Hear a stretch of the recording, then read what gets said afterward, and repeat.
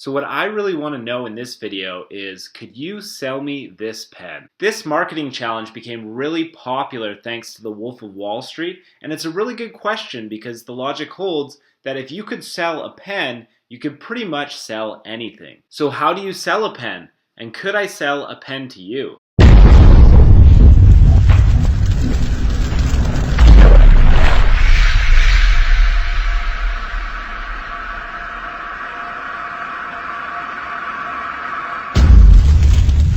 So fortunately for us, the Wolf of Wall Street has actually already answered this question. So when he was on an interview on the Piers Morgan show, Piers asked Jordan Belfort, who was the guy that inspired Wolf of Wall Street, how would you sell a pen? Because of course, his movie popularized this selling challenge.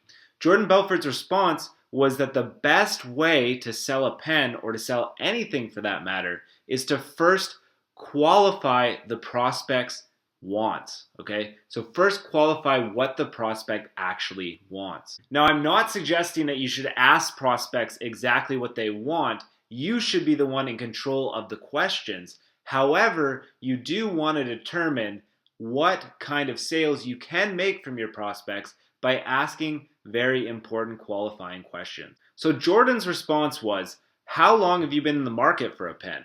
So then you give your prospect a chance to answer and actually qualify that they are in fact looking for a pen. After they answer that question, then you get a little bit deeper with your qualifying and you ask things like, what kind of things do you look for when you want to have a pen? By the time you finish this process of qualifying, you will have a very, very good idea about what this prospect wants. Now, really to close this sale, you only really need your prospect to get two things in their head. First of all, they need to think that they actually want this thing. You got them through your questions to actually realize that this is something that they are looking for. And then the second thing is you want the prospect to feel like what they're looking for is the product that you have. So what happens if I do my qualifying phase and the prospect has absolutely no interest in my product? And in fact, beyond being apathetic, he's actually putting up a strong resistance against what I'm selling. Can I still sell this product? Now take a look here. I just did a quick Google search, and when you search for how to sell anything, you'll notice that there are a ton of responses, the vast majority on the front page here, that say that you could sell absolutely anything to anybody. While saying that you could sell to anyone certainly sounds good, and it's definitely a great way to hype your content, it really sounds a little bit far-fetched and really kind of absurd. So let's listen to what the Wolf of Wall Street has to say about this one. What type of pens do you typically use when you use a pen? I like a nice, easy-to-use ballpoint pen. Okay, so now just what I'm doing, so I want to teach a little bit here, is that the idea is that when you sell someone something is you need to be asking questions first to qualify, to find out what someone's needs are, what they like. The big mistake of salesmen, pen, this is the best pen in the world, Pierce, it writes upside down, so obviously it defies gravity, it's cheap. So if you do that, you sound like a moron, basically. But are you going to give me truthful responses to here's the answer. If you would have said to me, I don't really use a pen. I said, oh, really? Will you be in the market for a pen over the next few weeks or so? You'd say, no. I said, have a nice day. I'm going to go find someone who wants a pen.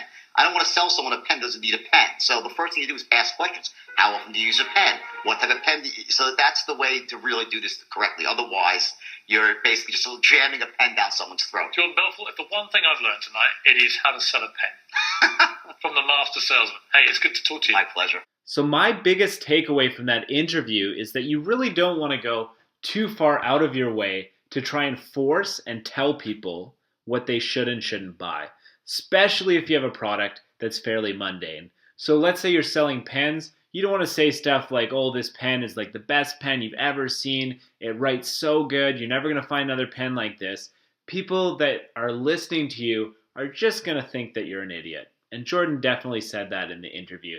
So the better alternative, as he outlined there, is that you ask questions to kind of qualify them towards the product, okay? Now this is what's tapping into two different psychological principles that are crazy effective in sales, okay? So the first one is the continuity principle. So the way the continuity principle works is that if you can make somebody take a commitment, even if it's a small commitment, towards a product or a person, it becomes a lot easier to make that person make another more significant commitment.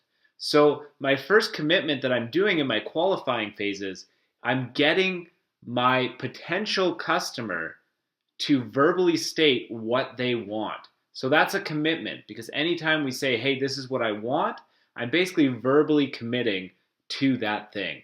Now, of course, I could back out at that point. I could say, you know what, I like pens that have a ballpoint liner. And you know what, like when I look for a pen, I like to have a pen that costs not less than $3. So those are kind of the things that I need.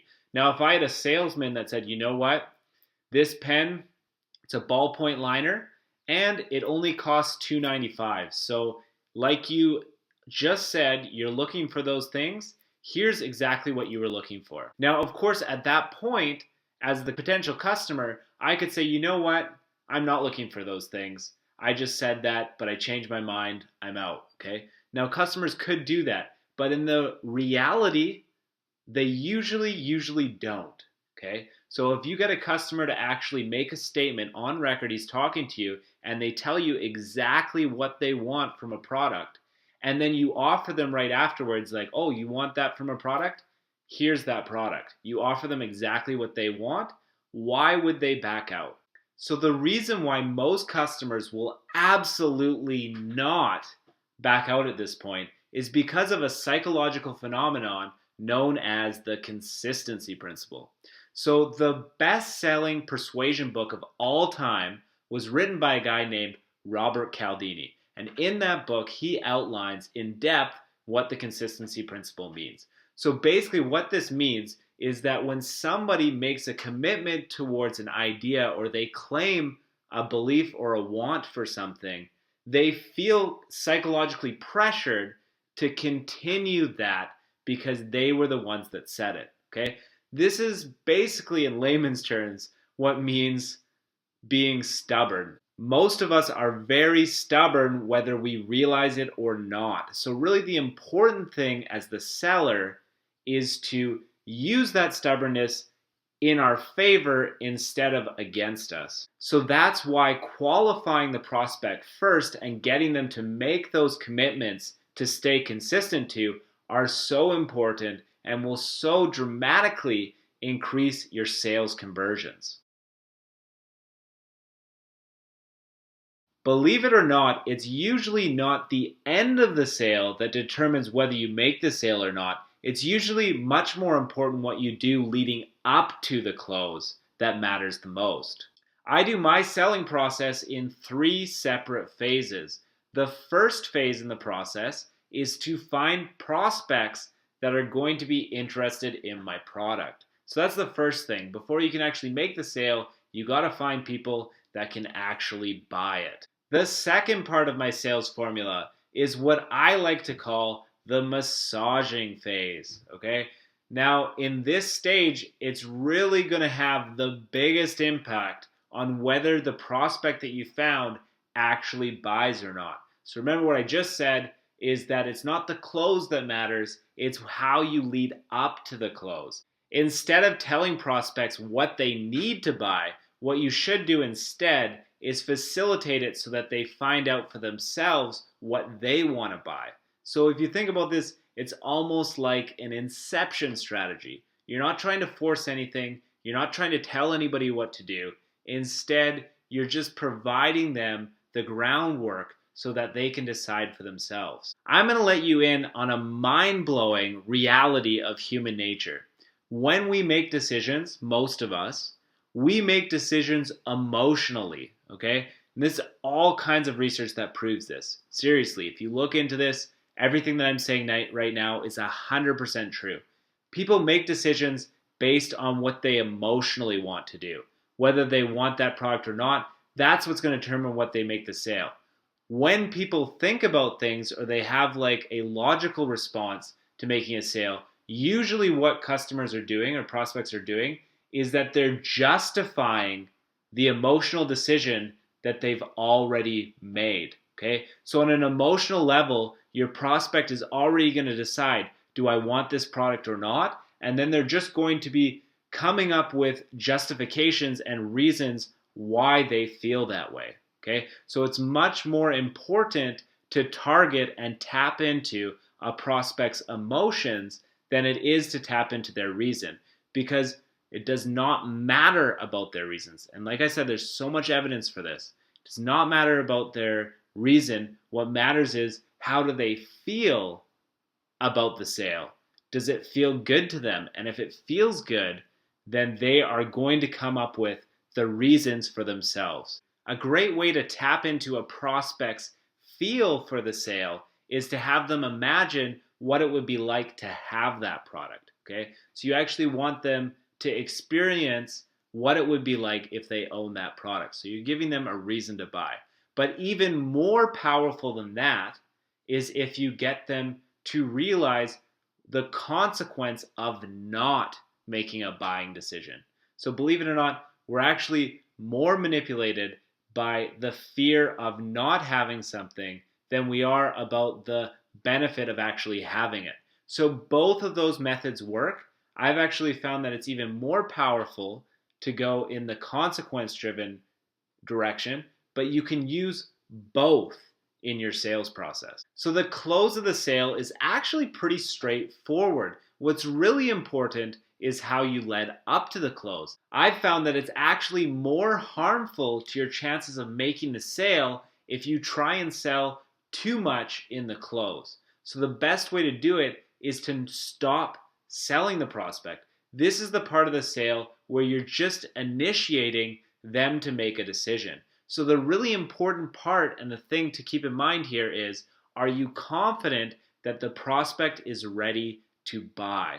Okay? And in a lot of cases, in the process of massaging the prospect, they are going to come to the close on their own prerogative. Okay? So they are going to decide during the selling process, you know what? I've heard enough. I'm ready to buy.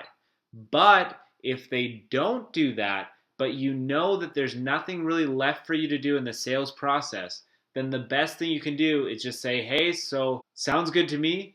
What do you think? Okay? So if you've done everything properly leading up to the close, then the prospect should have either sold themselves already, or they should be ready to buy when you initiate the close. But whatever you do, do not give the prospect the impression like you are selling them. The impression that you want the prospect to have is that you are providing the solution to the problem that they have. Hey guys, so check this out. I just did a YouTube search for how to sell anything, and the two most common results were how to sell anything to anybody and then how to sell anything to anyone. Now, to me, that's absolutely insane, because these search results are actually more popular than just the how to sell anything itself. So it's like, how to sell anything isn't enough. We need to add that you could do it to anybody, okay? And I just want to know your opinion on this, okay? My personal opinion is that no matter how good of a salesman you are, I am not going to buy a Britney Spears mixtape. It's just not going to happen. That's my opinion, but I would love to hear your thoughts on the matter as well. What do you think? Do you think that you can sell anything to anyone, or do you think that that's an absurdly hypey marketing claim? Okay? Let me know your opinion in the comment section below. And if you've liked this video and you want to see more, make sure you check out my channel page, because I have a lot more marketing videos that you may be interested in. As always, thanks for watching, and I will see you in the next one.